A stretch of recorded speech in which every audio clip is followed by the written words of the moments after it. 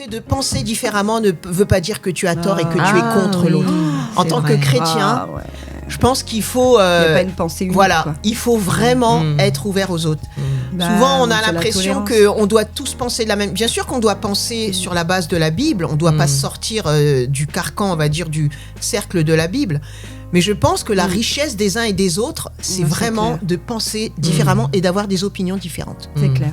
Ouais. Et c'est vrai qu'en tant que chrétien, on doit, alors quand je dis tolérance, je veux pas dire tolérer tout et n'importe quoi, mais je pense qu'il faut apprendre à écouter les autres, à discerner et à savoir ce qu'ils ont voulu dire avant, c'est vrai, de les cataloguer, de les mettre dans un coin en disant je suis pas d'accord, etc. Parce qu'en fait, je pense que la richesse, elle est chez l'autre. Si on apprend vraiment à recevoir de lui, la richesse, elle est chez l'autre. Et souvent, on est dans le stéréotype où on a une façon de penser. Et c'est souvent, moi, je sais quand de temps en temps, je fais de l'évangélisation, je parle avec des catholiques ou d'autres personnes, ils reprochent aux évangéliques de tout connaître, de savoir tout. Vous savez tout sur tout, vous donnez des leçons, mais vous ne voulez pas recevoir de leçons. Et c'est vrai qu'arrivé à un moment, je pense qu'il faut apprendre à écouter l'autre sans forcément être susceptible, sans forcément penser que la personne nous attaque, mais de dire son opinion est différente, c'est un angle de vue, c'est comme un diamant. Un diamant, il a plusieurs facettes. S'il avait qu'une facette, le diamant serait pas intéressant. Et le diamant, le fait d'avoir un point de vue qui peut aussi nous enrichir. Après, bien entendu, on ne sort pas du cadre biblique. Il n'est pas question de parler de choses qui n'ont rien à voir avec la Bible ou par rapport à ce qu'on connaît de la parole de Dieu. Mais c'est vrai que je pense que c'est important d'écouter l'autre et de ne pas penser parce que la personne elle a une opinion, je suis contre elle, je suis pas d'accord avec elle, elle devient mon ennemi. Parce que des fois, ça me rappelle au début quand je suis née de nouveau, des fois si on n'écoute pas l'autre et si on a des a priori sur ce que l'autre dit différemment de soi, on peut attraper un esprit religieux. C'est ça. Et se dire on est meilleur, j'écoute pas ce qu'elle dit. Et moi je sais qu'à un moment donné, Dieu m'a repris.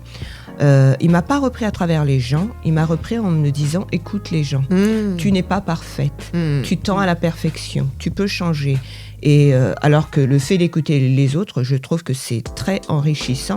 Moi, quand je servais les enfants à l'époque, j'écoutais, j'ai appris, et ça va être dingue peut-être ce que je vais dire par rapport aux parents, mais j'ai appris à accepter l'autre, à écouter l'autre à travers les enfants. C'est vrai. Tout simplement. Parce que les enfants, ils ont cette simplicité de nous reprendre, de par leur attitude, de par de ce qu'ils disent. J'ai aussi appris à accepter la différence des autres avec les moniteurs. Parce que j'ai dû gérer une équipe de personnes différentes. Des fois, je me sentais comme Jésus avec plusieurs disciples, plusieurs caractères. Et je me dis, mais Jésus, comment il a fait ? Alors, si Jésus y est arrivé, je peux y arriver. Et du coup, je m'étais rendu compte que j'étais tombée dans un esprit religieux et que j'étais religieuse. Et je l'avais gardé pour moi et je demandais que Dieu me libère. Et c'est vrai que j'ai appris, et c'est pas facile pour nous, surtout nous, on parle beaucoup, dans nos familles, d'écouter les gens. J'ai appris à me taire. Et des fois, quand j'écoute quelqu'un, et ça arrive encore maintenant, je me dis, Seigneur, mets une garde à ma bouche. Seigneur, parle-moi à travers elle. Seigneur, si ce qu'elle dit, c'est pas correct, je ne veux plus entendre. Mais en tout cas, j'apprends à écouter l'autre. Parce que si on n'écoute pas les autres, on reste dans sa petite bulle et on devient religieux sans s'en rendre compte. Et moi, je dirais, c'est même pire que ça. Ce qui peut être aussi très dangereux, c'est d'avoir aussi la mentalité sectaire. C'est comme ça qu'on devient sectaire. À penser que ce qu'on dit, ce qu'on pense et notre façon de penser, notre éducation, c'est ça et c'est pas autrement. Et je pense que les sectes sortent de là et parfois on peut même être dans un milieu religieux, on peut être serviteur, on peut être peu importe ce qu'on fait et avoir un esprit sectaire. Et Jésus n'avait pas un esprit sectaire. Parce que lorsqu'on regarde souvent, Jésus, bien sûr, il a enseigné la parole, mais il observait plus qu'il ne parlait. Il parlait peu, parfois il ne répondait même pas. Donc je pense qu'il peut-être qu'il sondait, il connaît le cœur de l'homme, mais peut-être qu'il sondait la personne. Et je pense que parfois il nous faut aussi, c'est pas parce qu'il y a, je sais pas, peut-être un titre ou quelque chose qui va un peu, oui mais c'est pas comme nous, qu'il faut rejeter. Je pense qu'il n'y a rien de pire que de rejeter en bloc parce que Dieu peut utiliser n'importe quoi dans n'importe quelle situation. Oui, considère, voilà, c'est pas un proverbe, c'est une expression que j'ai entendue de quelqu'un.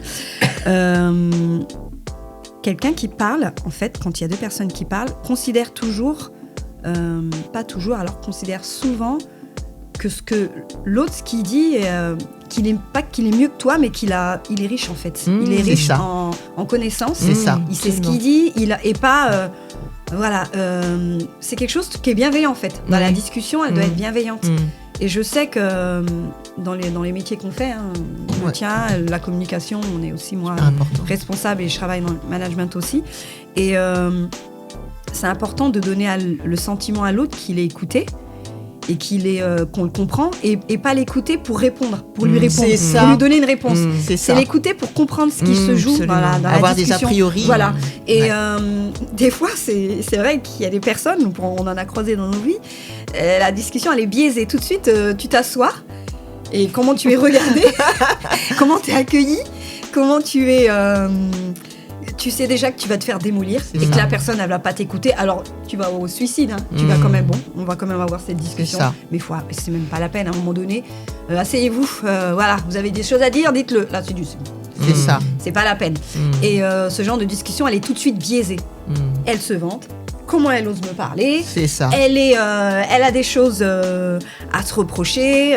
Elle s'est assise, elle se tient les mains, elle est en colère, elle croise les bras. Moi, je sais que je suis déjà allée à une discussion un jour où j'avais les bras croisés. Et t'es venue, t'avais les bras croisés, t'es venue te discuter. Je fais, c'est ce que toi tu penses de moi. C'est ça. Et c'est ta façon de me voir, elle est biaisée par l'image que tu as de moi. Or, vous aviez mis une tonne de clim et j'avais les bras comme ça. La discussion, elle était complètement biaisée. Et c'est vrai que il y a énormément d'ego en fait dans tout ça. Et c'est vrai que la communication, elle est bourrée d'ego des fois. C'est un jeu d'ego des fois, on te demande. C'est vrai. Par rapport à ce que tu dis, nous en tant que chrétiens, il nous faut avoir beaucoup d'humilité. C'est ça. En plus, il faut savoir. Nous, on est les premiers à en avoir. Ah oui, parce que le fait d'arriver à se taire, c'est qu'il faut être comme Jésus. Donc il faut avoir de l'humilité. Et l'humilité, ça ne veut pas dire oui, je t'écoute, ça veut dire je reste stoïque, je la respecte, je me tais, j'ai envie de le dire, mais je me tais. Et voilà. Et de se dire, moi je sais que j'ai toujours cette image quand je suis à faire face à ce genre de comportement, je me dis toujours mais qu'est-ce que Jésus ferait à ma place. C'est pas quelque chose de facile à penser d'emblée. Moi c'est clair, mais à un moment donné, quand se justifier. Ouais, à un moment donné quand ça dure, je me dis mais qu'est-ce que Jésus ferait à ma place. Et tout à coup ça vient naturellement. Jésus se tairait, Jésus il changerait sa posture face à la personne. Jésus il sourirait, il disait ah oui d'accord, j'entends ce que tu dis et puis on trouvera une façon d'arrêter la conversation. Des fois, il a insulté. De vipère.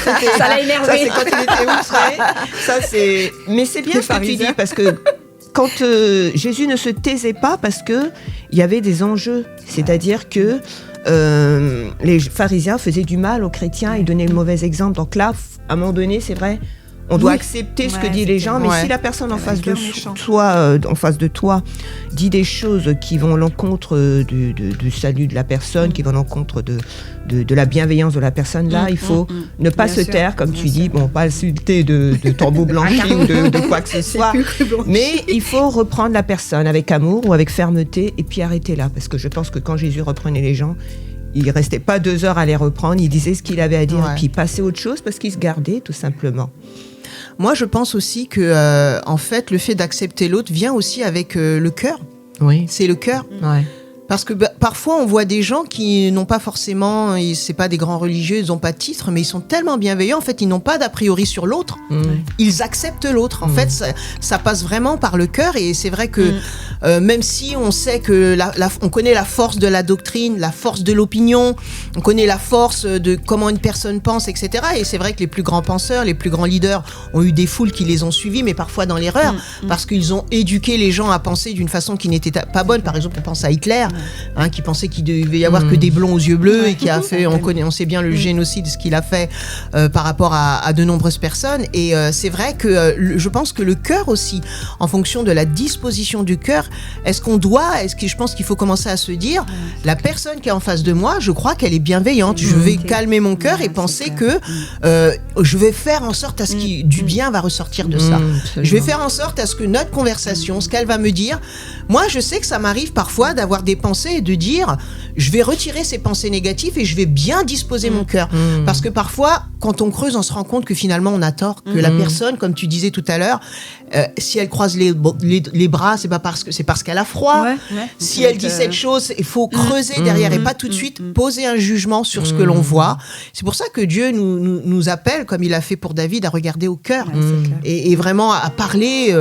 Et puis si nous, on baisse les armes, si on vient avec quelqu'un avec beaucoup d'agressivité, de supériorité, de dureté, de religiosité, à lui donner des leçons, la personne en face, c'est normal qu'elle va se braquer. C'est comme vis-à-vis d'un enfant, si on lui dit viens ici, la personne elle va, mais si on lui dit viens ici mon petit, et en fonction de comment on parle aux gens, déjà on est en train de leur dire je t'écoute, je vais te recevoir, et on va pouvoir véritablement voir le cœur de la personne. Je pense que cet aspect-là il a. Et c'est vrai que ce que tu disais Mylène, c'est important parce qu'il y a un sujet que j'ai abordé il n'y a pas longtemps avec une personne. On parlait d'un enfant. Enfin, moi, je suis éducatrice, donc je vais souvent parler des enfants, mais en même temps, c'est riche, ces formations. On apprend beaucoup avec les enfants. C'est vrai. Et on dit un enfant est violent, alors c'est au travail, ouais, cet enfant, il est violent. Point barre, ça s'arrête là. Et on apprend, nous, dans notre métier, à se dire, ok, il est violent, tout court comme ça. Non, il est violent. Plus loin, dites-moi plus. Et là, il est violent quand je lui propose de manger ça. Ou quand je lui donne à manger. Ou il est violent quand je lui dis d'aller ranger sa chambre. J'ai votre enfant, il n'est pas violent. Et je dis, c'est le contexte. Et on est environné par le contexte. Et des fois, tu as des personnes qui sont dans un... On met dans des boîtes, on leur met une étiquette. Elle est rebelle. Non. Elle est sensible à la communication. Elle est, celle-là, tu peux pas lui parler, elle est froide, elle est rebelle ou quoi que ce soit. Non, elle est rebelle, comment ça ? Elle est rebelle tout le temps, elle crie à la justice partout, au complot partout. Non. Par contre, mets-la dans un contexte où elle est accusée, où il y a de l'injustice, là, elle va peut-être, comme tu dis, être rebelle. Et il y a toujours un contexte qui fait qu'on est, quand tu dis, Mylène, la bienveillance, c'est de comprendre l'autre et de se dire, quelqu'un arrive en train de lancer des assiettes, elle est folle. Non, qu'est-ce qui s'est passé avant ? C'est ça. Qu'est-ce qui fait que... Et toujours se poser la question, la bienveillance, qu'on apprend aussi dans notre métier, c'est de se dire, qu'est-ce qui fait que cette personne en soit arrivée là ? Et le dire de façon bienveillante, pas qu'est-ce qui fait... Genre, qu'est-ce qui t'arrive ? Jugement, quoi, oui. Et là, tout de suite, t'entends, je suis folle, qu'est-ce que j'ai fait ? Je t'entends ce que tu dis, là, je te vois... Franchement, je me remets en question, qu'est-ce qui a fait que cette attitude-là, qu'est-ce que j'ai pu dire aussi ? Et c'est là qu'on se remet en question. Et tout ça, c'est une histoire d'humilité. Et dans la communication, c'est quelque chose que on est très sensible. Moi, moi, je pense qu'aussi, ce que tu viens de dire, c'est aussi l'une des recettes à la guérison. Parce que parfois, on ne sait pas comment guérir, Mais en même temps, je me dis, le fait d'être bienveillant, de lui dire, mais qu'est-ce qui se passe ? Pourquoi tu te comportes comme ça, ou d'essayer vraiment d'aborder la personne avec douceur, finalement on peut se dire mais j'ai eu quelqu'un en face de moi qui s'est senti compris, ça la délivre, avec qui j'ai pu communiquer et je connais le point qui l'a fait souffrir, ou je connais d'où vient le problème. Et comme tu disais, en tant qu'éducatrice, comment on traite les enfants, des fois c'est vrai qu'on voit un comportement, on envoie un jugement général alors qu'on ne sait pas le contexte de ce qu'il a vécu, et c'est justement ce point-là où il y a besoin de guérison. Donc c'est vrai que nous, on est des gens qui devons apporter la guérison. Alors c'est pas uniquement à balancer des versets bibliques, mais c'est notre attitude, nos attentions et comment on voit l'autre. Surtout que l'être humain, on le fait pas d'emblée en fait, c'est pas inné. Malheureusement, c'est pas inné en fait je dirais pas d'être bienveillant, parce que si, quand on est petit, on est bienveillant, après quand on grandit, on est péché et tout ça. Et mais en fait, c'est pas d'emblée, ça vient pas malheureusement de la pluport de nous en tant qu'être humain, de tout de suite de dire cette personne. On est tous piégés là-dedans, on voit une vidéo, punaise, ce pasteur là, mais moi la première. Et parce qu'on n'a pas grandi comme ça malheureusement, on est dans une société où on y va, c'est ça. Au lieu de se dire, il faut voir sous différents angles, par quoi cette personne elle passe et tout ça. Et ça c'est... Après, par rapport à ce que tu viens de dire, c'est juste, parce que pour y arriver, c'est juste une question de discipline. On discipline, comme tu as dit, son cœur, on discipline... sa pensée, c'est-à-dire de ne pas avoir d'a priori sur les gens en général. Mais c'est vrai que ça ne vient pas du jour au lendemain. Ça vient quand on fait des erreurs, nous-mêmes, quand on juge, et qu'on se rend compte qu'on était à l'ouest, qu'on n'était pas dans la bienveillance, comme tu dis. Et ça vient quand on demande, parce que se discipliner, l'être humain ne se discipline pas comme ça. Non. L'être humain, il demande de l'aide pour se discipliner. Donc il va chercher lui-même de l'aide. Un enfant va demander, il sera content d'avoir ses parents quand il aura 20 ans en se disant « j'étais contente que ma mère m'ait disciplinée quand j'avais 2 ans ou 5 ans ou 10 ans ».